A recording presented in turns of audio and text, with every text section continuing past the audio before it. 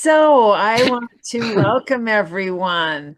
Welcome you to the Abundant Life Center for our Sunday service. We meet twice a month, and today is August 24th. And we're very pleased to have Reverend Norman Wolfe with us to share inspiration and input for consideration and growth. I think that sounds like a good description. Like that. And also, so I'm going to light the God candle. It is a symbol. We light this as a symbol of the one presence and power in the universe. People call it by many names, and the name you choose to use is welcome.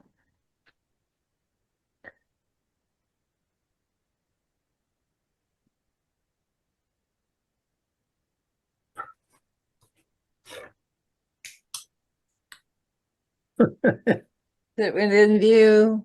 Now it is. Okay, hopefully that works. Um, so we've just started doing a little centering exercise. So I invite you to close your eyes, settle into wherever you're at, relax, and imagine a big old-fashioned reinforced chest in front of you. You grasp the latch on the lock and gently open the lid, but you find the chest is empty. Now picture all your worries, your desires, your frustrations, everything that keeps your mind busy, even the things you're looking forward to, perhaps in the day or the future. And see yourself dropping them all into the empty chest. Then check once more. Did you forget anything? Close the chest and turn around, leaving that chest behind you, and admire the wonderful view out there from the of the sea from a cliff you're standing on. And then just bring yourself back to the present. Retain that sense of centeredness and relaxation and open your eyes.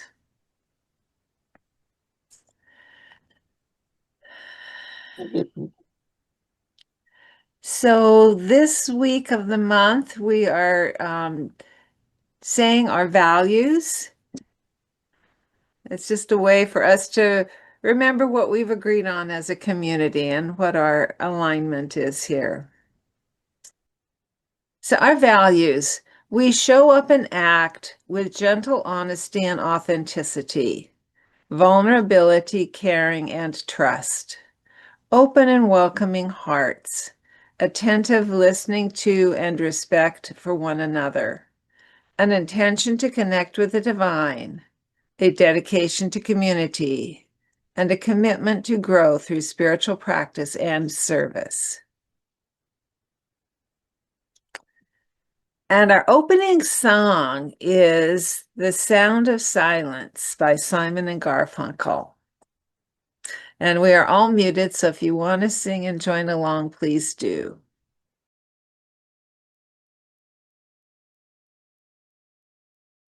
Wow, I never knew all those words. That's quite the message. Thank you for choosing and sharing that with us. So, as I mentioned today, we have the pleasure of returning again, Reverend Norman Wolfe. And Norman has been part of the ALC community for numerous years and for period of time, rather extended a period of time after we moved out of our building and let go of a regular minister. We met in his home. And so he's had a big leadership part in this community too. So I want to acknowledge all you've contributed, Norman, and say we're really glad to have you here. People appreciate your messages. They talk about how it, stimulates and is relevant. So thank you so much. Well, you're so very welcome, and thank you again for inviting me. Yeah, And thank you. let's see what today's message does. Okay, you've labeled it, or somebody's labeled it the box you live in. So I'll turn it over to you. Thank you. Let me start with a quote from Thich Nhat Hanh. People suffer because they are caught in their views. As soon as those views are released, people are free and don't suffer anymore. I have spent my whole adult life since around 21 searching to understand life, searching to figure out how it works and my role in it. What is this all about? I've read numerous different books, as many of you know. I've gone to workshops and explored lots of different theories from physics to spirituality and everything in between. Back in 2003, I started a journey with a gentleman by the name of Brew Joy. His opening foundation workshop, he called the heart centering. Um, and it's a wonderful little workshop where we spent 12 days learning about energy fields and our bodies and feeling energy from nature. And it culminated in a ritual that is really difficult to explain, but we're held by the people in the group, raised up, and our hearts popped open. And I've had numerous experiences before that, but nothing quite like that. So I knew I had to work with this gentleman, and I did for another 5, 6 years after that. And Brew had a program he called his year-long journey, and the commitment was that you spent 1 year with him, um, and then you got to re-up, if you will, or recommit to the next year. And it was originally a 1 year program, and then it went to a 2 year program, and then a 3 year program, and finally a 4 year program. And of course, every year I re-upped. And what I discovered, well, let me share some of the discoveries I had. The very first one I had a dream. And in the dream, I was with my father, my uncle, and my cousin. And we were standing out in front of an elevator. And my uncle and my cousin kept making these kind of snide remarks about my father and about me. And it was very disconcerting. And when I shared the dream in the workshop, Bruce said, "Oh, that's a dream of humiliation." I go, "Oh, humiliation." And then I began to realize that, yeah, that's kind of the way my uncle and my cousin kind of they humiliated me. I didn't consciously was aware of it, but and then Bruce said something really interesting. He said, "Norman, I want you to go away and come back and tell us 10 ways humiliation serves your life." Now, come on, right? Let's face it, who in their right mind would love to be humiliated? But being the kind of guy I am, he invited me to explore this bizarre concept of being humiliated. And I did. And the next day I came back with ideas and he smiled and said, there's more. And so I went away again and came back the next day. I did this for like 3, 4 days, never really figuring out what was at the core of that. And then one morning before workshop, I woke up from a dream. And the dream had Christ being crucified, except it wasn't Christ, it was me on the cross. And that was really troubling. And I was taking a shower, and then it hit me. Humiliation serves by deflating the ego's need to have it all figured out. It's an expansive element. And then I realized that humiliation and humility were the same word. So I go back the next morning, or that morning, I go into the workshop and I tell him what I discovered. And he just sits there and smiles and nods, and we go on. That was probably the first really significant time in my work with Brew where my views, my understanding of life began to be broken open. Another one was when we had, Drew used to make the statement that, everything is energy and there's masculine energy and feminine energy. And he used to say the feminine energy was primary. And I hated that. I grew up in a very um, matriarchal family. And I grew up feeling that, well, let's just say I would felt somewhat in some form or another emasculated. The sense of masculinity was never really prevalent in my world growing up. So here I am as a man trying to figure out what does it mean to be a man and struggling. And here's my spiritual guide telling me the feminine is primary and the masculine is, he used to use the word an aberration. I'm going, wait a minute, this does, and I was, until once again, I had this realization that when you think of it from a purely spiritual point of view, not men, women, masculine, feminine, as we often think about it, the feminine is primary. The feminine is the seed of everything that is birthed in the world. It's the womb of life. And the masculine serves to seed the feminine. Feminine is where everything comes from. Of course, it's primary. So once again, my world is blown open. I have lots of them. I want to end this particular part by saying there was a phase of our work together. He called it the thespian work, playing the role of an actor, learning how to be an actor in life. And we went through workshops with actors from Hollywood and other rituals and practices and what have you.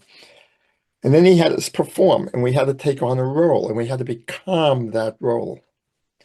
And for lots of reasons, Brew always picked roles that he knew would.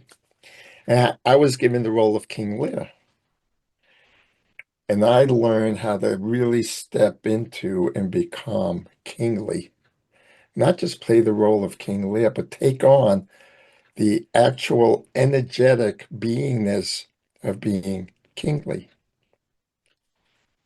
And I remember one of the pieces of feedback that the group gave me was he carried the gravitas of a king. I go, wow.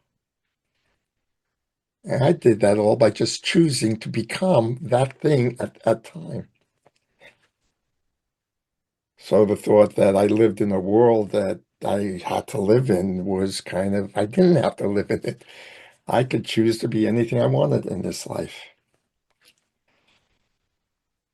All of these events kept breaking open the box I lived in. But probably the most difficult one that I had to deal with, Brew had three admonitions. These were admonitions against, I don't know what you'd call it, being too human. The first was, do not compare. Don't compare yourself to anybody else or anything else. You are who you are. No comparisons necessary. The second was, don't judge. That made sense. Both of those really made sense to me. I can really own that. If I judged others, I was judging myself, and I can kind of get my head around those two principles. The third one, give up the need to understand. Wait a minute. How can I possibly do that? I mean, my whole life is how do I understand what life's all about and how do I navigate and how do I figure out what my role is and how do I understand how I can get what I mean, give up the need to understand. That is one I have struggled with and struggled with and struggled with till recently. So let me share what I've discovered. First of all, I discovered it's really important that we create a sense of understanding of our life. And we work, I mean, just imagine if you didn't have a framework, a set of beliefs, an understanding of how life works. What's that movie, 50 First Dates, where the person wakes up every morning without a remembrance of anything? They have to start all over again. Imagine if you didn't have a framework. And so we are literally designed to create a framework by which we can navigate our lives. I call it the psychic DNA because it allows us to, how do I want to say it? It allows us to come into a situation or face a life event, and we kind of know how to respond to that. And if we didn't know how to respond to it, it'd be like 50 First Dates. We'd be a child all over again. What does it mean? What am I supposed to make out of this? How do I respond to it? How do I stay safe? How do I become successful? Without a understanding of life and how life works, we couldn't operate. So we absolutely must create a framework. Um, and in fact, that process of creating a framework is the whole purpose of the ego. I am one that does not believe the ego is bad. In fact, I don't think we can live life without our ego. Now, the ego isn't a thing, it's literally a psychic process that allows us to take an event, create a meaning to it, associate a behavior that allows us to respond to that kind of event that allows us to be safe and successful. And we store up these kind of meaning-making stories with associated behaviors, and we store that over time, and that becomes our living framework. I call it our psychic DNA because just like our genetic DNA, it allows us to respond very quickly to life. Right?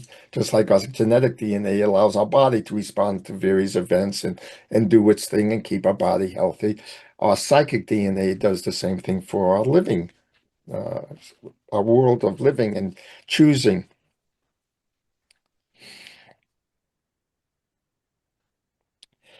Here's the here so I want to establish before I go any further that having a framework, a belief system, a context, a psychic DNA, a box that we live in is absolutely critical.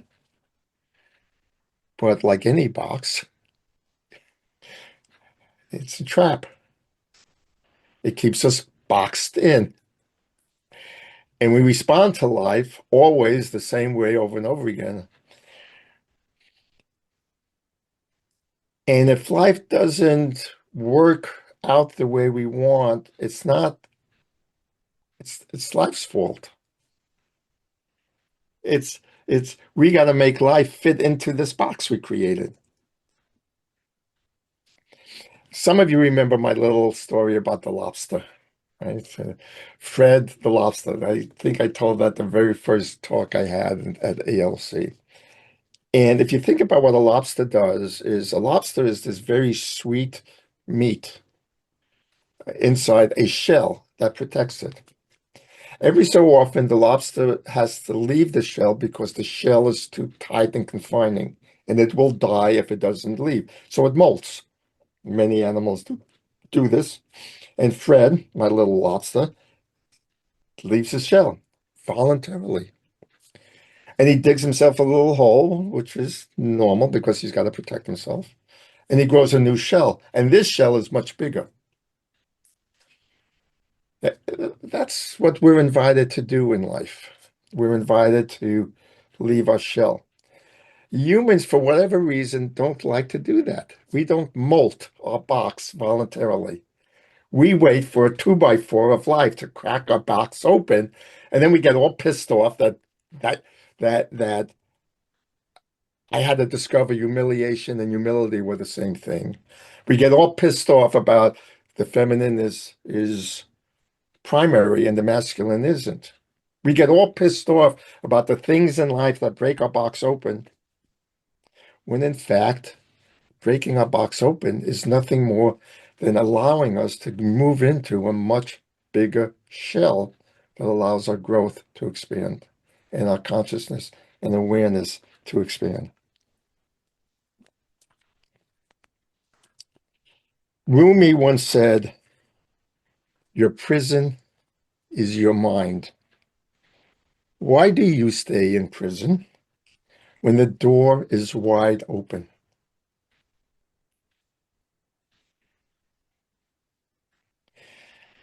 You know, we talk about our reality, and we are so convinced our reality is the reality. But here's another way to look about it. And this is something that I've been really playing with lately. There are two realities, I believe.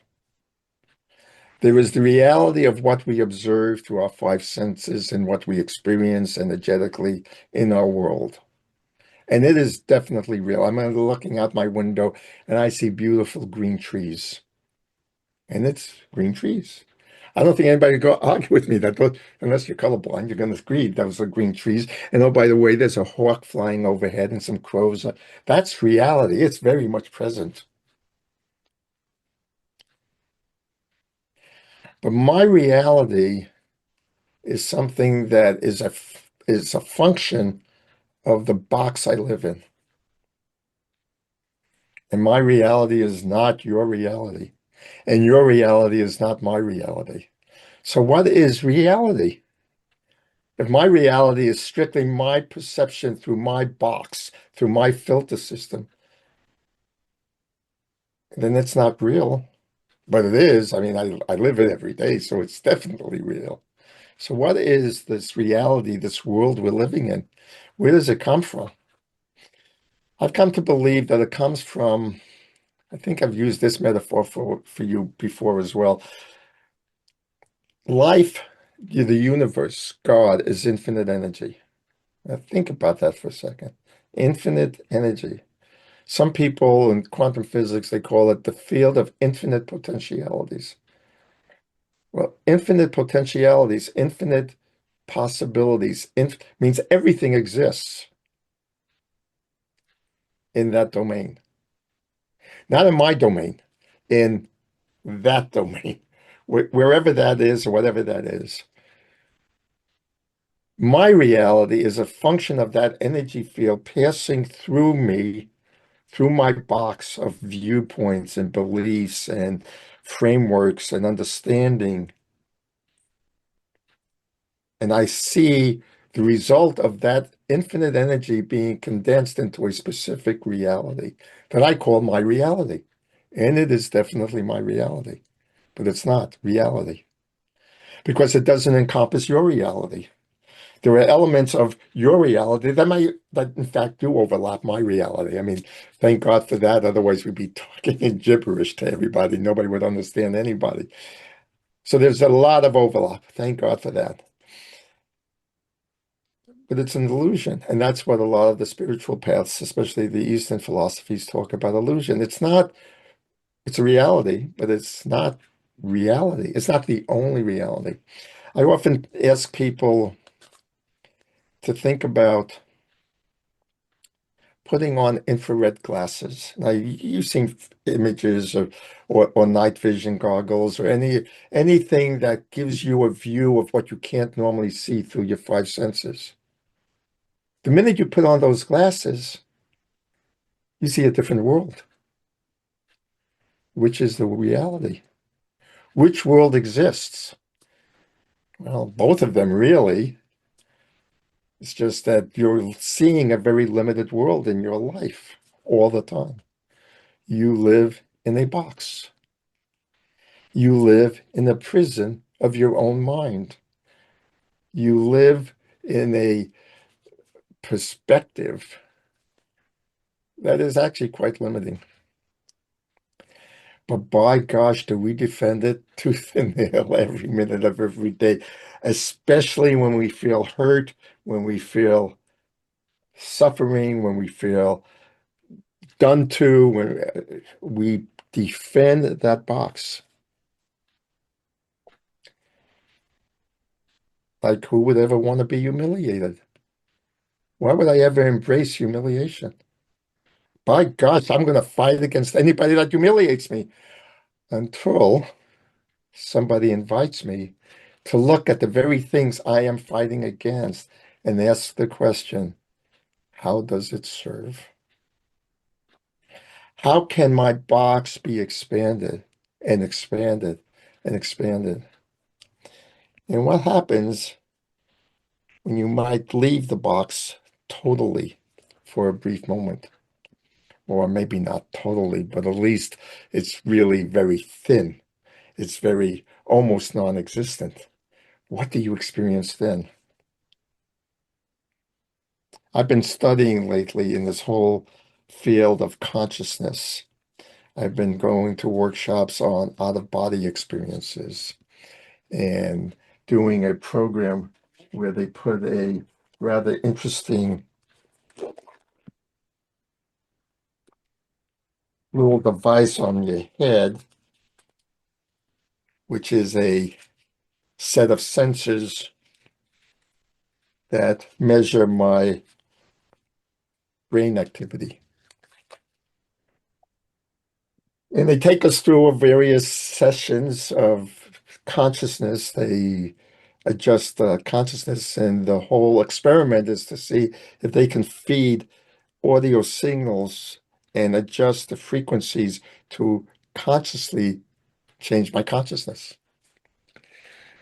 It's the expanded form of biofeedback, really. I mean, it sounds pretty woo-woo, but it's really, just science playing around with consciousness. What do you experience when you go out there? There's a lot of books written about it. Robert Monroe from the Monroe Institute has done a tremendous amount of research into expanded consciousness, and he goes back to the 50s and 60s, and he's even created a framework, an understanding of what's out there. Another box, but it's an expanded box. And out there are things like ancestors, energy fields of consciousness that used to be my mom and dad and grandparents. Out there are wisdom keepers, sages, guides. And out beyond that is, I don't know, who knows? Infinite is kind of big, right? I'm not there yet. I don't know what's all out there. You ever see that movie? It's a film clip where they have you zoom out. So there you are in the park, and they have you go up 1,000 feet, and you look over not just your little picnic area, but the whole park. Then you go up and you see the country, and then you go higher and higher. Keep zooming out and zooming out and zooming out until you see the solar system, and then you see all the galaxies, and it's like, guess, what is your perspective when you're looking out there? And then you see galaxies, and you see the Milky Way, and you go out, and it's like, and then they bring you back, and there you are in the park again. And then they have you look at your hand, and they start zooming in deeper and deeper and deeper. And all of a sudden, it's like, what is physical reality? Where is it? What is the box that limits us, that we just see through such a limited perspective? And it all happens through your mind, your thoughts. Trying to remember who wrote this. I can't read that. Uh, Wayne Dyer.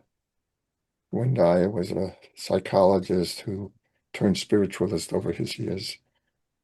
His work kind of, my life kind of followed his as I thought about it once. He started off as a psychologist, so very scientific in nature, right? Understanding the mind. And he kept diving deeper and deeper and deeper until his later years, he was living in the world of spirit and thought and consciousness. And he said, you create your thoughts, and your thoughts create your intention, and your intention create your reality.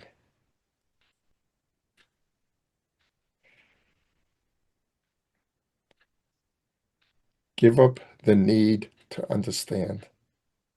What does that really mean? Well, I've come to understand about giving up the need to understand, so it's an understanding. Take it for what it is. Life is meant to be experienced, not understood. When we allow ourselves to experience something new in the moment, our understanding expands. Our box gets bigger.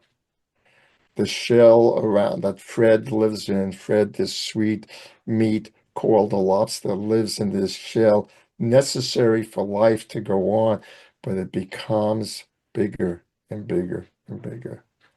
The need to understand, the need to hold on to a framework, a belief system, is the prison that you create with your mind, when in fact the door to life is wide open. And I'll end with a little quote from Doc Hammarskjöld.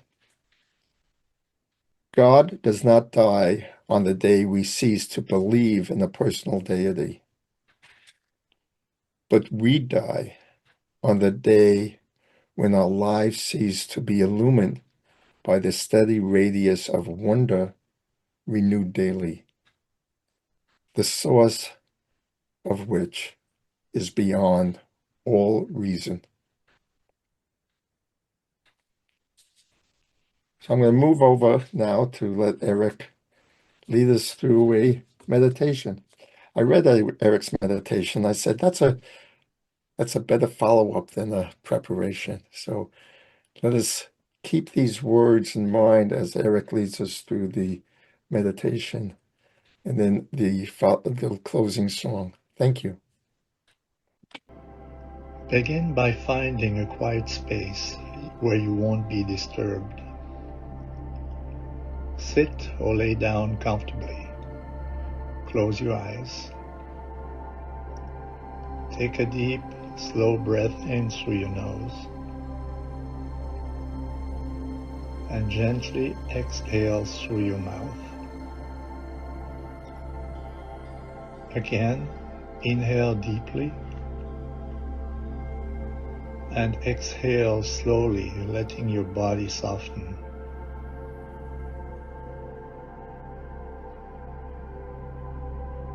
Now imagine yourself inside a box. It may look like a room, a cube, or simply an outline around you. This box represents the beliefs, fears, and patterns that shape how you live. Notice what it feels like in here. Is it tight, safe, dark, familiar? Simply observe without judgment.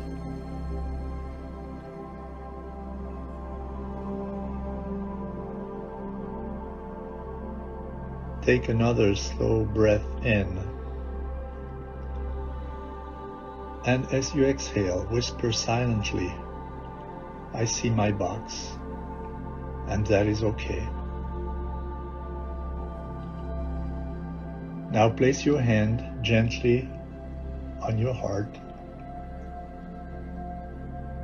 Breathe into that space.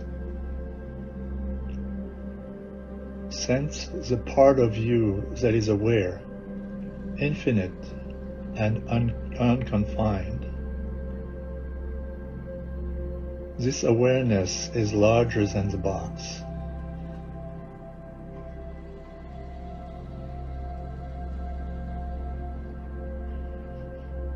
With every breath, imagine the walls around you becoming thinner, then softer, then transparent. You're not fighting the box. You're expanding beyond it. Your awareness is growing, filling the space around you, touching the air, the earth, the stars. feels a lightness in that expansion.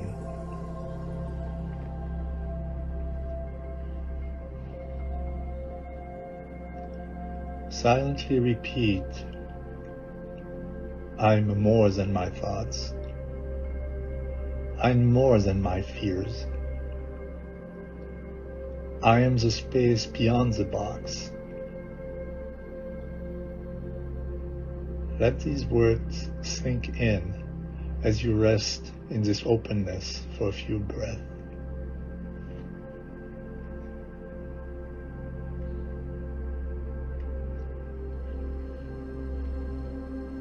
If thoughts arise, simply notice them and let them pass through the transparent walls, like birds flying across an open sky.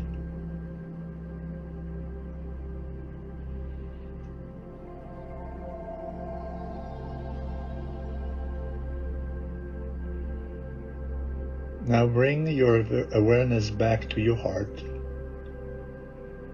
Take a deep, nourishing breath. Feel gratitude for this moment of connection. Gratitude for seeing your box and knowing you're not trapped in it.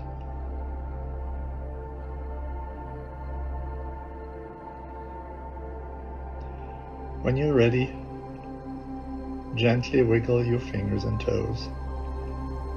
Open your eyes softly, carrying this sense of spaciousness with you.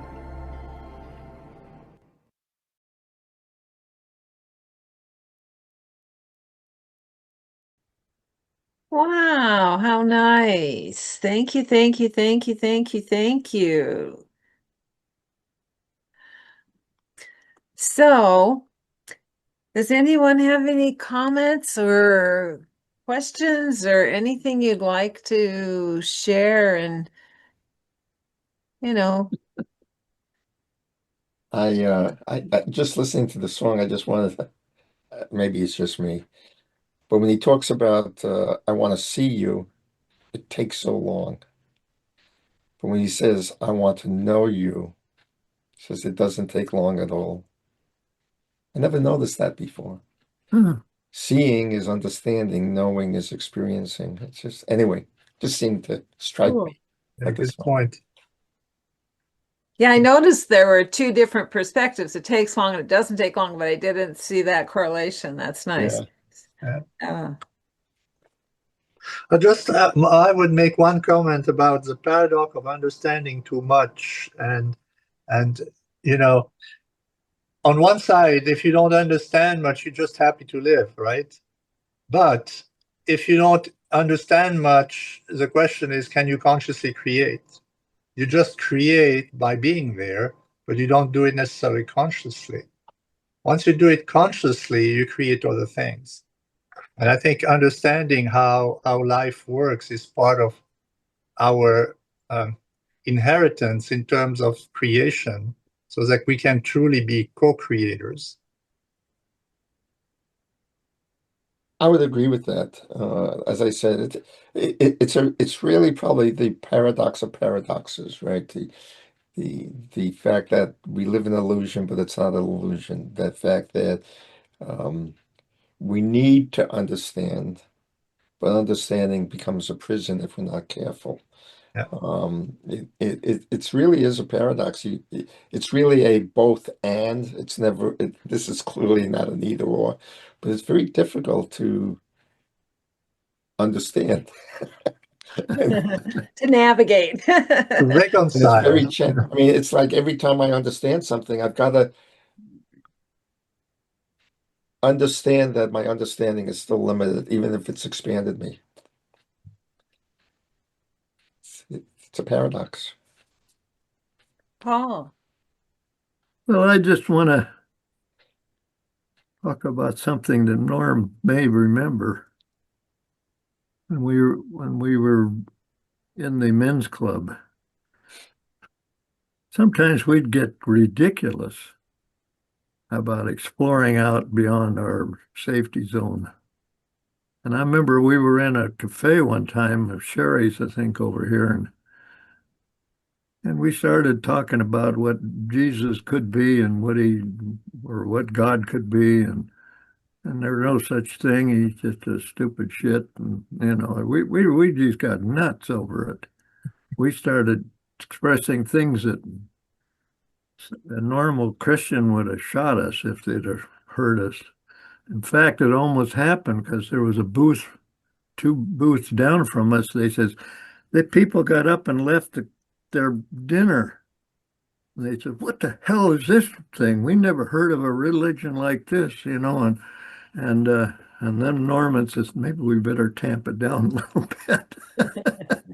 But we went outside of our limits that day, exploring what it might be out there, and we were all feeling pretty good about it till we found out that we better get back in our box and where it's safe and we don't irritate people, or we ain't going to survive here, and we're not going to survive in this restaurant for sure. And we got back to reality, if you want to call each of our reality, which was a safe place, and we finished our dinner and went home. But I, I'm just, I don't know why that came up today, but the idea that we really can be anywhere in our imagination can take us any place and enlarge and I think it's healthy. Just don't do it where you irritate other people. I felt good after that episode, but felt a little ashamed of myself too. But but I got over that pretty damn quick.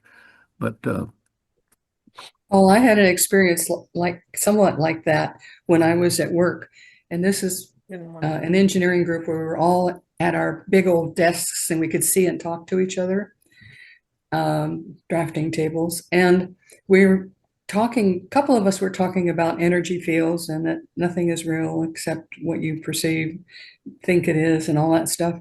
And this one young man just got really irritated with us, and he said, "I'll bet if I came over there and punched you in the nose, you'd know it's real." And then we thought, well, that would be a reality we could be part of, I guess. So on to you, Dan. Yeah. Norman, at one point, you used the phrase something about, I create my thoughts, and my thoughts, go out and create events and stuff. Did I understand that right? Yeah, I think the phrase I used was Wayne Dyer's statement that your thoughts create your intention. Yeah. Your Yeah. Okay. intentions create reality. Thank you. Yes, that's right. That is it. Yeah. So my question that I just keep asking everybody, who is that first you if it's not your mind? Yeah, you asked me that too. Huh? I remember you asked me that too. Yeah. I do. Say that again. Who is the first you if it's not your mind? Yeah. When you say I am going to, who's saying I am going to? There's a lot of people try to describe that, and I think that's one of those things that people put words on, Atman, soul, uh, the spark of the divine within our hearts. I mean, people use a lot of words to try to explain what that is. I don't think any language can really explain it, any words, because anytime you try to explain it again, you go back to the filter system of us being who we are, right? The only way to really answer that question is you have to experience it. You have to get a little taste of the ice cream cone, so to speak, right? I can't describe what it's like to have that ice cream, but once you lick it, you'll know it, right? I can use all the words in the world to try to describe it, but you'll never relate to it until you go, that's what that all means. So Yeah, I mean, I can give you theories about it and frameworks to try to understand it. But it's not until you really capture the essence of it, or at least a little hint of it. And I say it that way because I don't know that I have fully experienced it in its totality.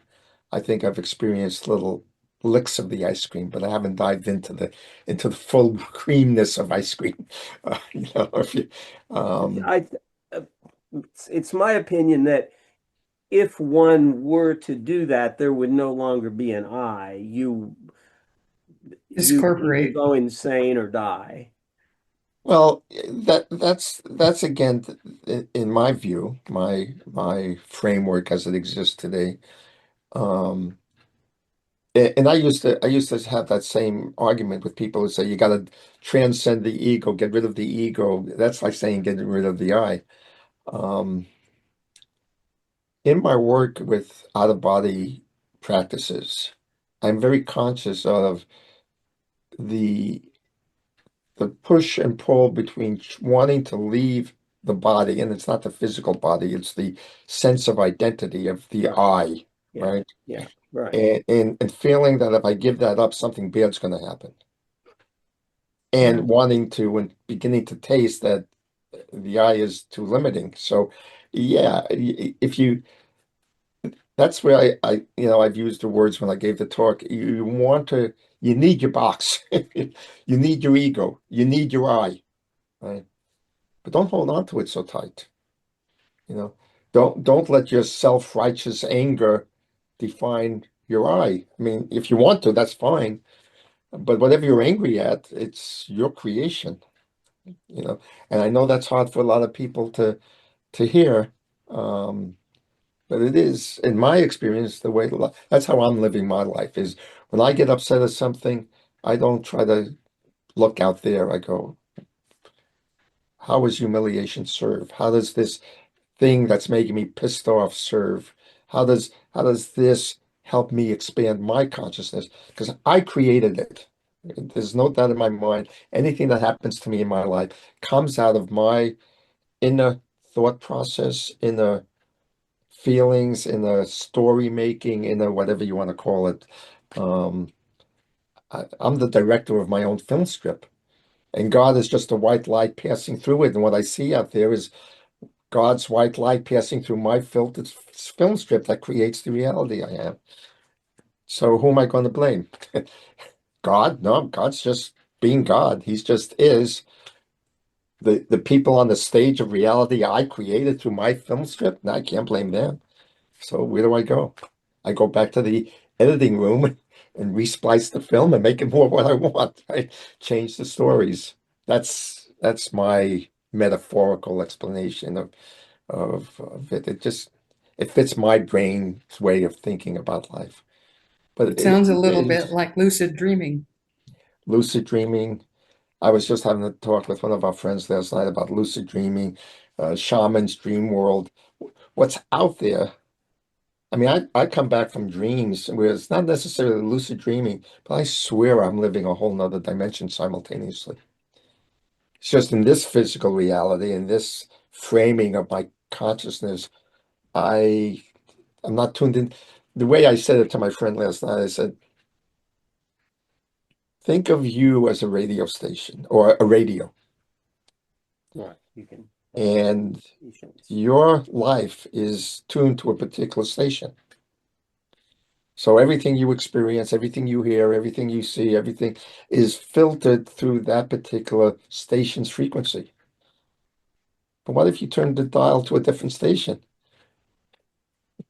All of a sudden, there's a totally different reality, a different movie, a different whatever you want to call it. If your box lets you. Well, yeah, I mean, your box is the station. That's you're tuned into that station. That's your box. But what if you chose to change the dial? And when you lead us through meditations, heart centering, what you're really doing is taking ownership of the dial. So you want to have a happy life, tune to a station that's a happy life. Right? Remember, whatever exists is because you are creating it. This is my belief. You can argue with me all day long. I believe that whatever exists out there in my world is strictly a function of everything that I have grown to believe is reality until something cracks me over the head and I say, oh, that's not quite reality. And then my body. So now I'm practicing my life to consciously, as Eric implied, consciously own the dial on the radio station and tune it to where I want it to be. Arlene. Can I share for a second? My experience of that meditation and the coming out of it was like a birthing, of like being a little baby coming out into the world. And my feeling that I have with that was fear. Oh my God, I was scared. And my heart was beating and I was looking around and what is this world and what is this and these people? And sometimes they yell at each other and they hurt each other and they do this awful stuff. And it's like, I want to go back. I don't want to be out of that box. It was about protection and fear and staying in the box because it was safe. And I don't know how safe it is out of the box because who knows what's going on out there? It's like, oh my God, what is it? And that, Arlene, is the single most fundamental challenge we have as human beings. And you're absolutely 150% correct. Infinity is absolutely frightening. And how am I going to be safe in infinity? We can't. We don't know. I read something as I think I was prepared for the speech. I probably have it in my notes somewhere. The opposite of fear is unconditional love. Is what? Unconditional love. Oh, okay, yeah. Love is letting go of fear, Jim Polsky. I mean, we read it all the time, but doing it, I mean, if I wasn't afraid of losing the eye, as I was talking with Ananda, I'd probably leave my body at will. I'm deathly afraid of what's out there. Doesn't mean I'm not going to keep experimenting. How else do you overcome fear, right? How do you overcome that which you want to protect yourself from? You put your toe in the water. You don't, I mean, some people, I've been accused of diving in head first, and sometimes I do. But it's normal. I mean, why do we create, from the very time we're birthed into this world, we begin to create stories for two reasons only. The stories that will make us feel safe and successful. Those are our two drivers. But first and foremost, we got to feel safe. We can't do anything if we don't feel safe. We're just wrapped up in a box of fear and anxiety. So we create these boxes to make us feel safe. Why does the lobster create a shell? It's a natural, it's nature's way of protecting us. But don't let it limit you. And how do we make that shell? Like I make it by listening and I'm trying to open my eyes and peek out there and what are people saying that is. And when they tell me what it is, it's like trying on shoes. I got to try this on. Oh, that one doesn't fit. Exactly right. That one doesn't fit. That's right. Well, Well, I have found, and the reason I loved Eric's meditation so much when he shared it with me, what I have found is and this is the work I really learned from Drew, the only place I'm truly, truly safe, where I can really explore and experiment, is the heart center. And here's the interesting thing about the heart center. You can choose to have the experience, the physiological experience of feeling love by just deciding that's what you want to feel. I mean, Eric led us through with some words, and I do it by asking people, just remember a time when you felt the most love, or a sense of awe and wonder. Sometimes it's watching your child get born. I mean, what does that do? Well, I look at my grandkids. Oh my God.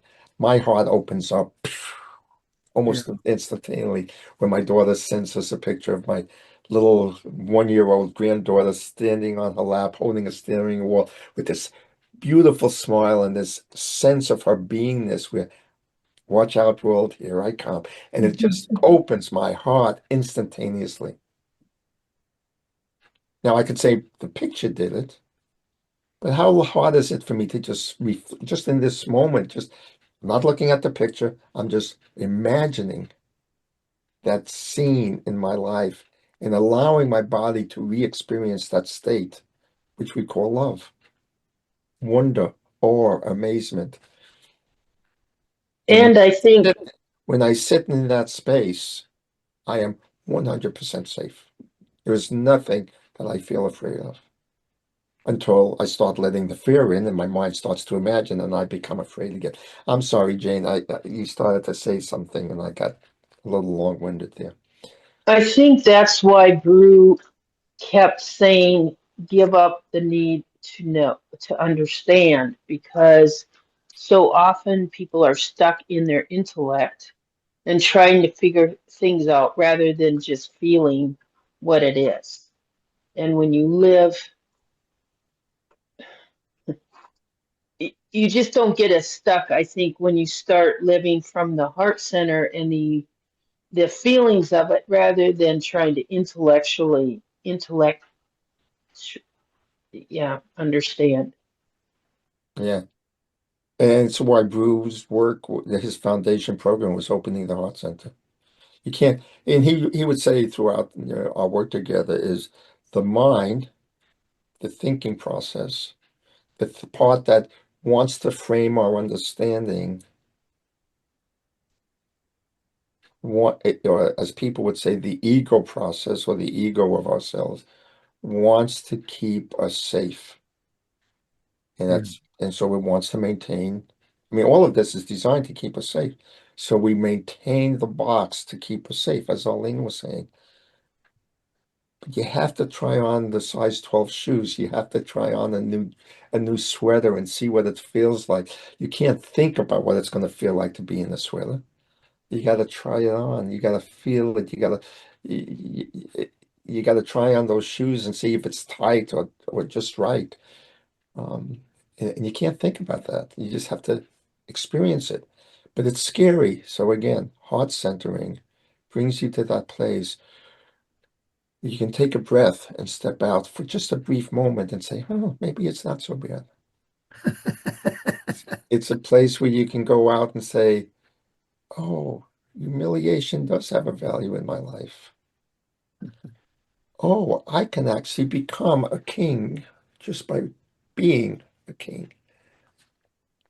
Only in the heart center.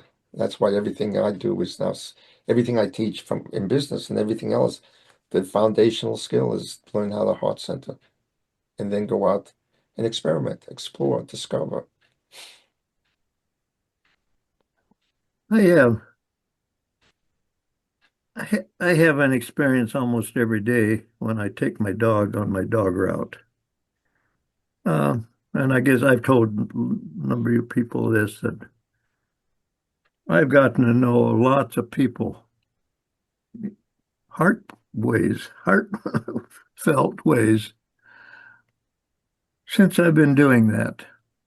But it takes some work on my part because it's very easy to walk by somebody and say, morning, morning. And none of us even are thinking what the hell we're saying. We just do it kind of to do our duty kind of morning. And I have learned that I can't make love with everybody. I just don't have the energy and the skill to do it. But I try to often take my meeting with that person beyond that. Morning. But oh, you got a nice little dog there.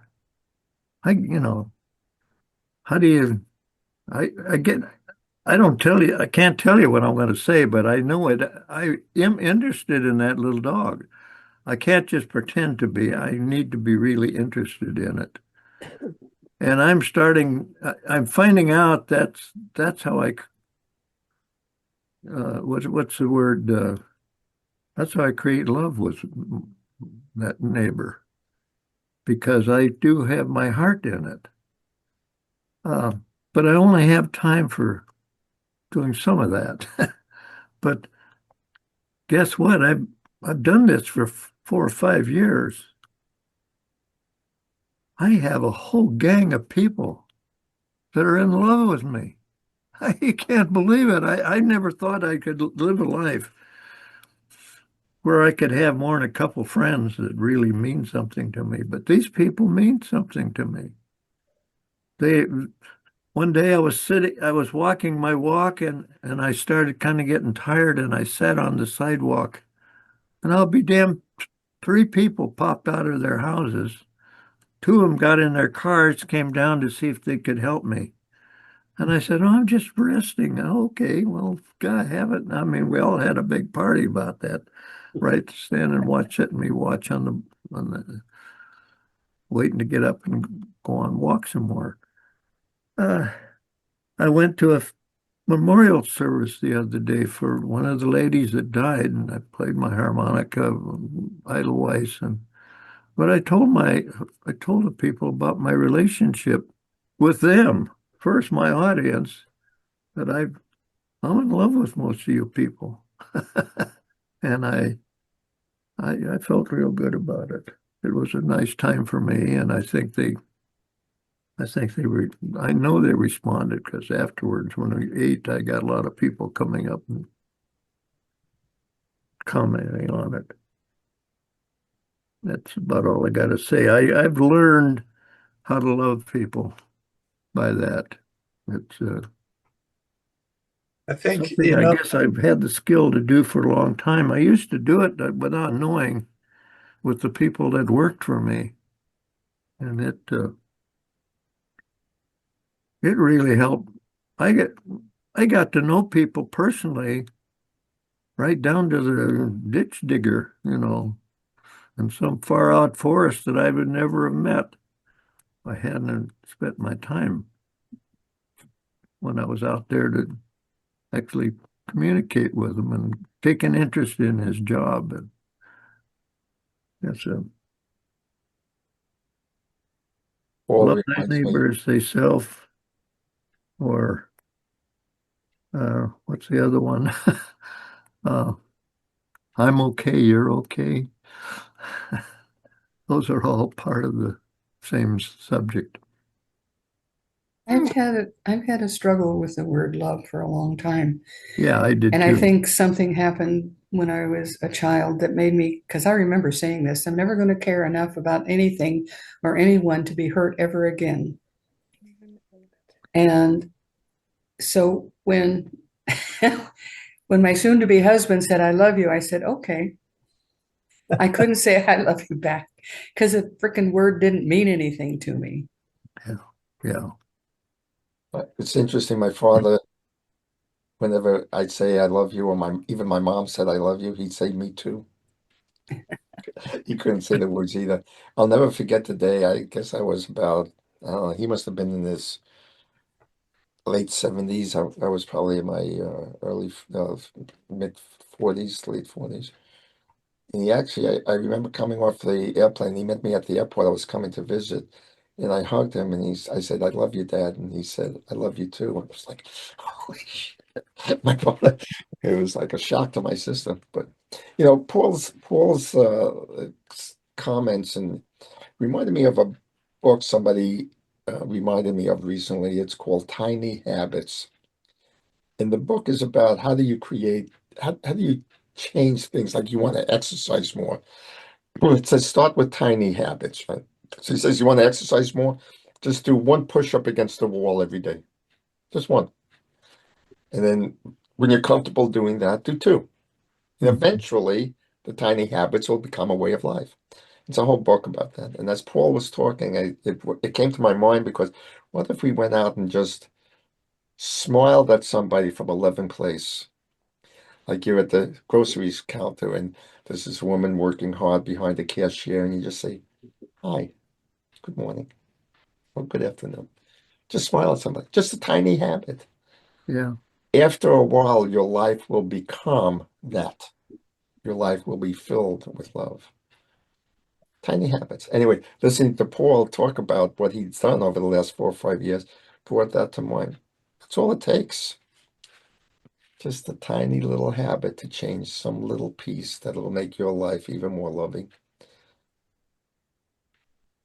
Does anyone else have something they'd like to share? Kay had her hand up. Huh? Kay. Okay. Kay, please. We want to unmute.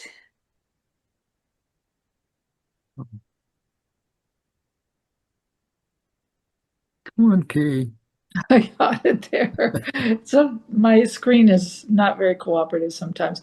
This would take this conversation down a whole nother rabbit hole, and I just don't want to discuss it at this point. So let's just, this has been a fascinating discussion, and I love all the directions we've gone today. So I've taken a lot of notes, and there's a lot of ideas to integrate. Thank you. Thank you so much, Norman.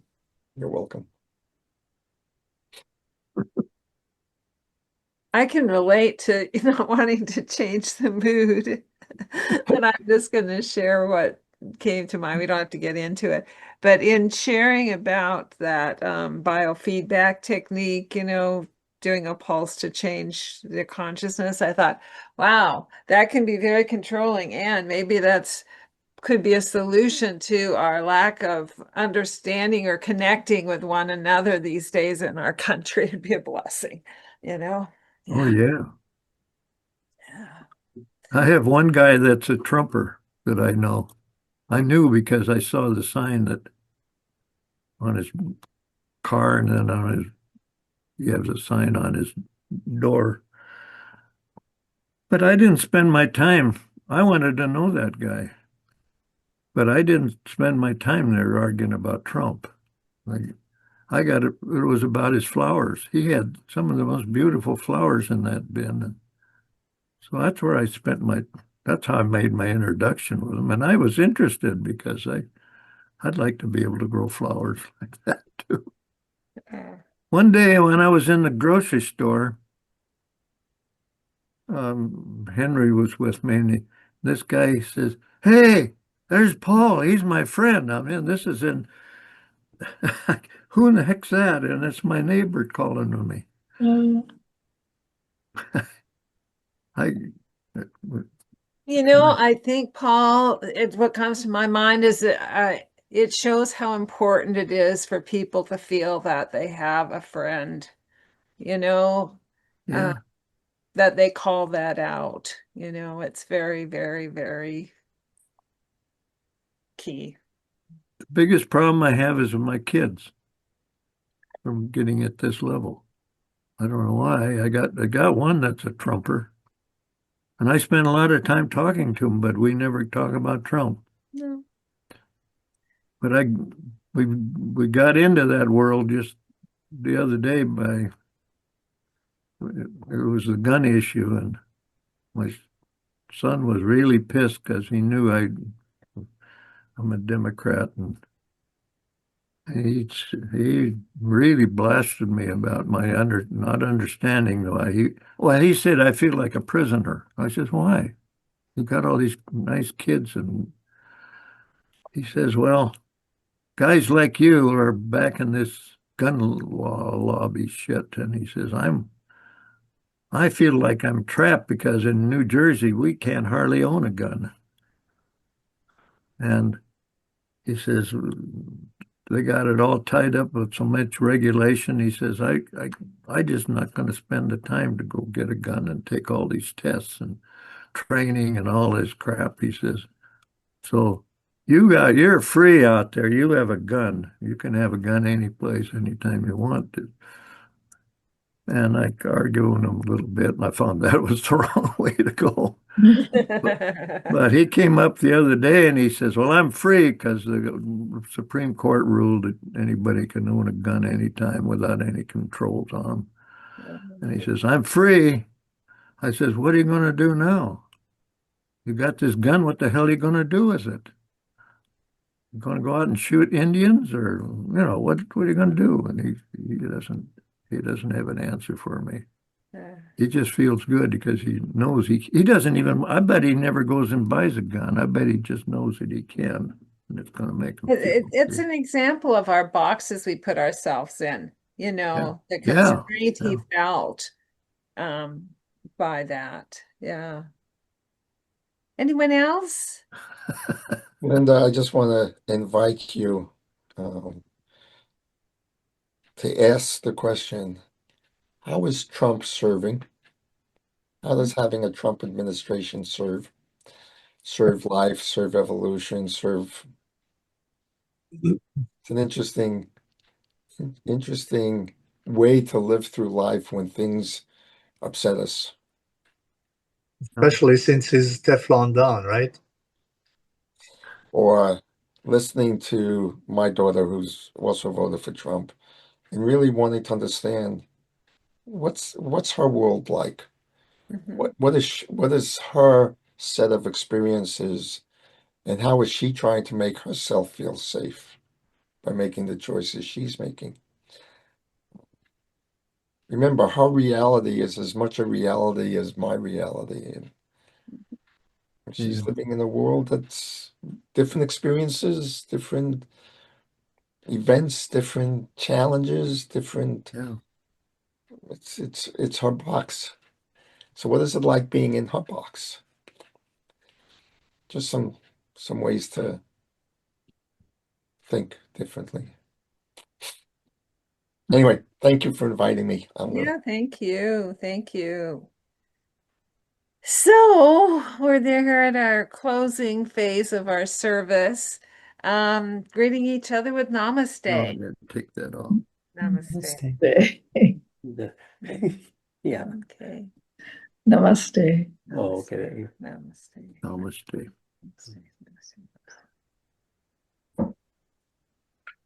Yeah.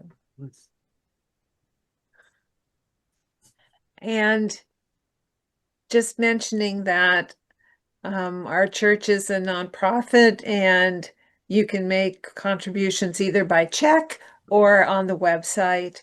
And we use it for things like supporting wonderful reverends that come and share messages with us to help open our consciousness and move us spiritually.